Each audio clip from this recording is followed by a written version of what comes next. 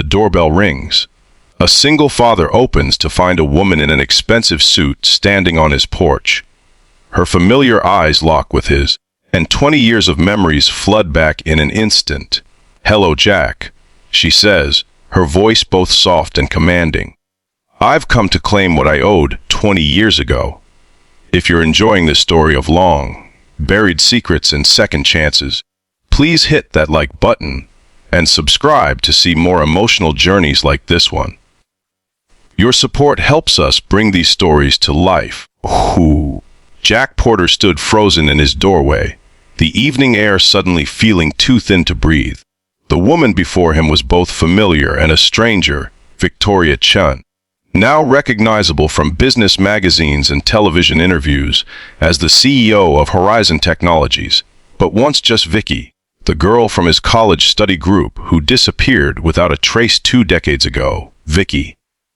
He managed, his voice barely above a whisper. She nodded, a small smile playing at the corner of her lips. "It's been a long time." Behind him, a crash and a childish giggle broke the tension. Jack turned instinctively.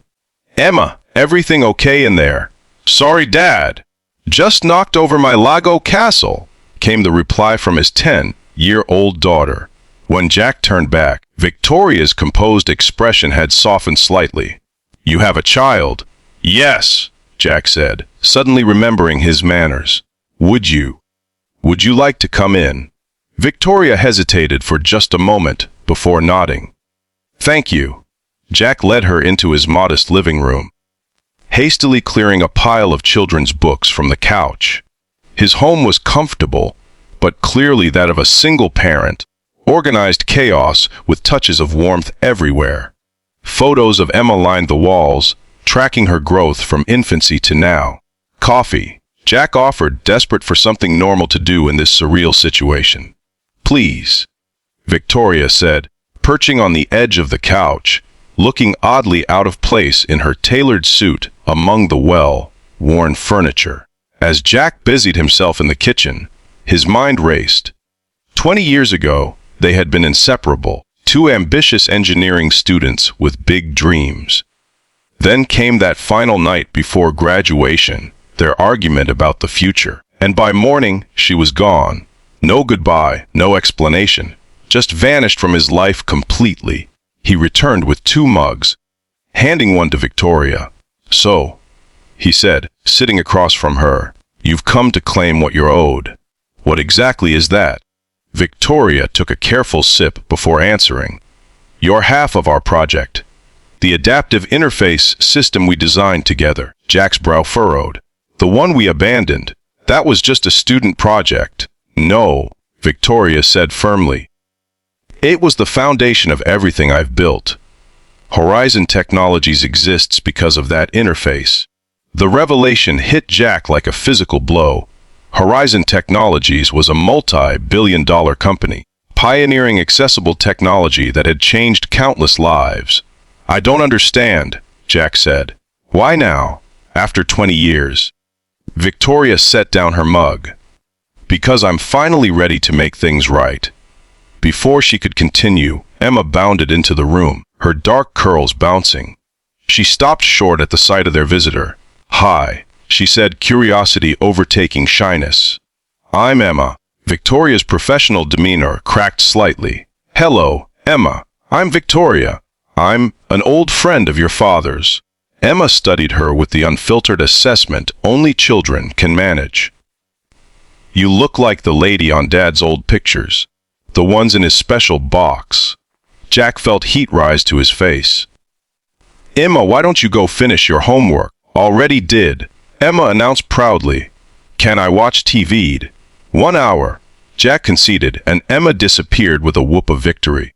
When he turned back to Victoria, her expression had changed. "You kept pictures of us." Jack ran a hand through his hair, now streaked with early gray. "Some things you don't throw away, even when you should." Victoria looked down at her hands. "I owe you an explanation, Jack, about why I left." 20 years is a long time to wait for an explanation," Jack said, unable to keep the bitterness from his voice. "I know." Victoria acknowledged. And I wouldn't blame you if you showed me the door right now. But please, hear me out. Jack nodded, bracing himself. That night, after our fight, I got a call from my mother. Victoria began. My father had suffered a massive stroke. The family business was collapsing under debt. They needed me to come home to Taiwan immediately. Jack remembered how fiercely private Victoria had been about her family. You never told me things were that bad, pride, Victoria admitted. And then everything happened so fast. I had to drop out just weeks before graduation, fly home, and try to salvage what was left of my family's electronics manufacturing company. You could have called, written, anything, Jack said, the old hurt resurfacing. Victoria's composure slipped further. I was going to. But then I saw the announcement of your engagement to Melissa in the alumni newsletter. Jack winced at the mention of his ex-wife, who had left him and Emma 5 years ago for a new life in Europe. I thought you had moved on, Victoria continued, and I was drowning in responsibility. My father never recovered. The business was worse than I imagined. I had to make impossible decisions just to keep us afloat. So what happened? Jack asked, genuinely curious now. How did you go from that to? He gestured vaguely at her, at the success she embodied. I remembered our project, Victoria said simply. The adaptive interface we designed. I refined it, adapted it for manufacturing applications first. It saved our factory. Then I expanded it to consumer products. Jack remembered the countless nights they'd spent coding, arguing over design principles, pushing each other to think bigger. The foundation of Horizon Technologies was built on our work together. Victoria continued. Your work as much as mine. That's why I'm here. She reached into her briefcase and pulled out a folder. Half of the company's founding shares should have been yours. I've held them in trust all these years. Jack stared at the folder, unable to process what she was saying. You're giving me shares in Horizon Technologies. Now, why? Victoria's professional mask slipped completely, revealing the vulnerability beneath. Because I'm tired of running from the past. Because what we created together changed the world, and you deserve recognition for that. And because, she hesitated, because I never stopped wondering what might have been. The weight of 2 decades hung between them. Dad! The TV's doing that weird thing again. Emma called from the other room. Jack welcomed the interruption, needing a moment to collect his thoughts. Excuse me, he said, rising to help his daughter. When he returned a few minutes later, Victoria was standing by the mantel, looking at a photo of Emma as a toddler, Jack kneeling beside her, both beaming at the camera. She has your smile, Victoria observed, and your determination. I saw her rebuilding that Lego castle with quite the focused expression. Jack smiled despite himself. She's the best thing in my life. You've done well with her, Victoria said. I can tell. It hasn't been easy, Jack admitted, especially since Melissa left. But we manage. Victoria turned to face him fully. Jack, I'm not just here about the shares. There's more. Something in her tone made Jack tense. What is it? Horizon is launching a new education initiative. We're creating adaptive learning systems for children with different learning styles and abilities. It's based on the principles we first explored in college. Jack nodded, unsure where this was going. I need a partner who understands the core technology, who shares the vision of what it could be. Victoria continued. Someone who can see both the technical and human sides of the equation. And you want me? Jack asked incredulously. Victoria, I haven't worked in tech for years. After Melissa left, I took a teaching position at the local community college so I could be there for Emma. Which makes you exactly the right person, Victoria insisted. You understand education from the inside now. You know what teachers and students need. Jack shook his head. My life is here. Emma's life is here. I can't uproot her. I'm not asking you to. Victoria said. Horizon is opening a research center right here in Portland. That's another reason I came in person. Jack felt overwhelmed. This is a lot to process. Victoria nodded, gathering her composure again. Of course. I've dropped a lot on you at once. She placed the folder on the coffee table. These are yours regardless of what you decide about the position. Take some time to think about it. She reached into her pocket and pulled out a business card. My personal number. Call me when you're ready to talk. As she turned to leave, Jack found himself speaking without thinking. Why did you really come back, Victoria, after all this time? Victoria paused at the door, her back to him. When she turned, there was a rawness in her expression he hadn't seen since they were young. Because success means nothing if you can't share it with the people who matter, she said quietly. And because some debts can't be paid with money. After she left, Jack sat alone in the living room, the folder untouched on the table. Emma wandered in, climbing onto the couch beside him. Dad, are you okay? You look weird. Jack put his arm around his daughter. I'm fine, sweetheart, just surprised. That lady was someone very important to me a long time ago. Emma considered this. Is she going to be important again? Jack looked at the business card in his hand, Victoria's name embossed in simple, elegant letters. I don't know, Em. Maybe. The next morning, Jack called the school to request a substitute for his classes. He needed time to think. After dropping Emma off, he drove to the coast, the place he always went when life became too complicated. The Pacific stretched before him, vast and unchanging.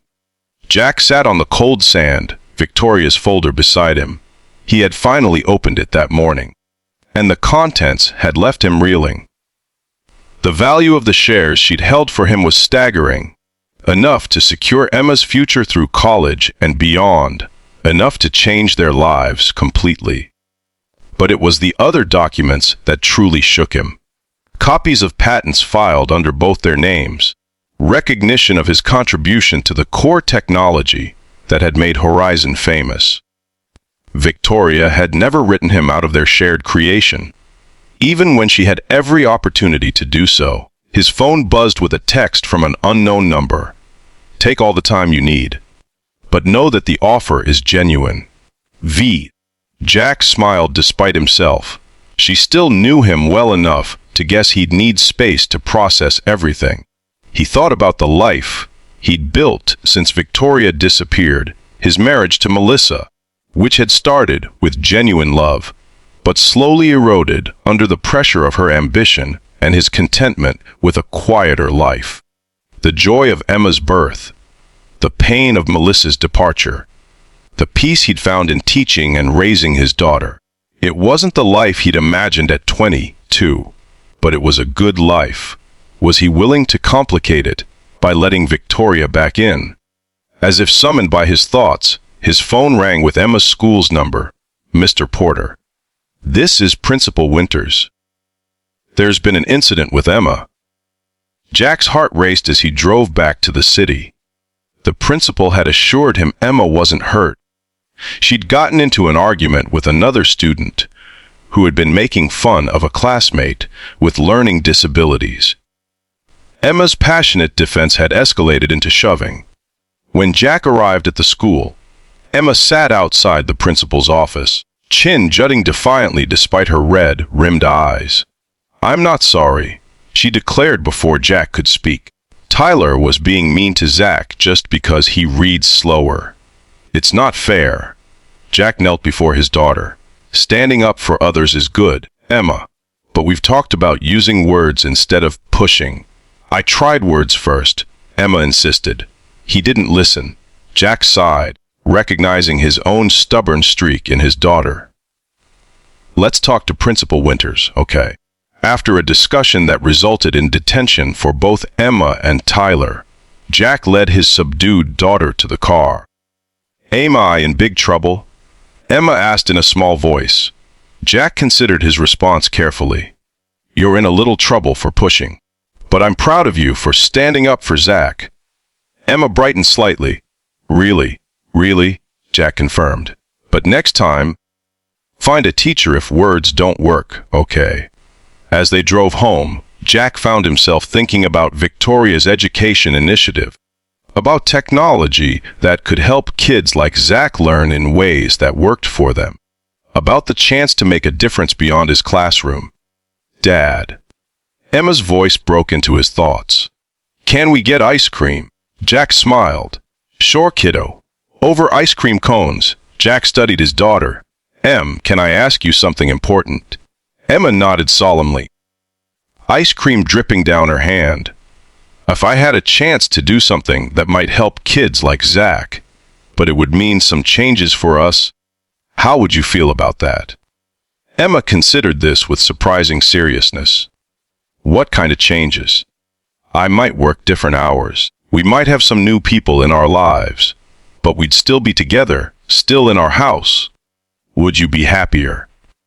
Emma asked, displaying the uncanny insight children sometimes possess. The question caught Jack off guard. I think I might be." Emma shrugged. "Then it's okay. You're always telling me to try new things." Jack laughed, using my own words against me, huh? That evening, after Emma was asleep, Jack finally called the number on Victoria's card. "I've been thinking about your offer," he said when she answered, and Victoria's voice was carefully neutral. "I have conditions," Jack said firmly. "Emma comes first. Always. My schedule needs to accommodate her needs." "Of course," Victoria agreed immediately, "and I want to start slow.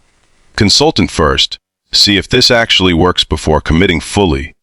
"That's sensible," Victoria acknowledged. Jack took a deep breath. "And I need to know something. Is this just about business, Victoria? About clearing your conscience? Or is there more to it?" The silence stretched between them, 20 years of unspoken words hanging in the balance. "There's more," Victoria finally admitted, her voice softer than he'd heard it since she arrived. "But I don't have the right to ask for that." "Not yet." Jack closed his eyes, surprised by the hope that flared in his chest. "Then let's start with the business. The rest we'll see." 6 months later, Jack stood in the newly opened Horizon Learning Lab, watching as Emma demonstrated an adaptive reading program to a group of educators. The software adjusted to each child's learning style, using principles he and Victoria had first theorized in college, now brought to life with technology that hadn't existed then. Victoria appeared beside him, her presence now familiar again after months of working together. "She's a natural," Victoria observed, watching Emma patiently explain the system to a skeptical teacher. "Just like her father." Jack smiled. "She believes in it. That makes all the difference." They had fallen into an unexpected rhythm over the months. Professional collaboration that gradually allowed space for personal reconnection. Coffee meetings that ran long into discussions of the years they'd missed. Shared lunches that sometimes included Emma, who had taken to Victoria with surprising ease. "The Seattle School District just signed on," Victoria told him. "That's 5 major districts now." Jack nodded, pride swelling in his chest. The system they'd created was making a real difference for children who struggled in traditional classrooms. "We did it," he said quietly. Victoria's hand found his, a touch that had become more frequent lately. "We did, just like we always said we would, back in college." Jack turned to face her. 20 years later than planned. Maybe this was always the plan, Victoria suggested. Maybe we needed those 20 years apart to become the people who could make this work. Jack considered this. "You mean the technology?" Victoria's eyes held his. "Not just the technology." Before Jack could respond, Emma bounded over. "Dad! Miss Chen! Did you sir?" "Rodriguez wants to use it in all his classes." Victoria smiled at Emma's enthusiasm. "That's wonderful news. Can we celebrate with pizza?" Emma asked hopefully. "The 3 of us." Jack and Victoria exchanged a look, both recognizing the significance of Emma's casual inclusion of Victoria in their family ritual. "I think that sounds perfect," Victoria said. Later that night, after Emma had gone to bed, Jack and Victoria sat on his porch swing, the same place where she had reappeared in his life 6 months earlier. "I never answered your question properly," Victoria said suddenly. "About why I really came back." Jack waited, giving her the space to continue. "I achieved everything I thought I wanted," Victoria said. "Built a company, changed an industry, made more money than I could ever spend. But something was always missing." She turned to face him fully. "I kept wondering about the road not taken,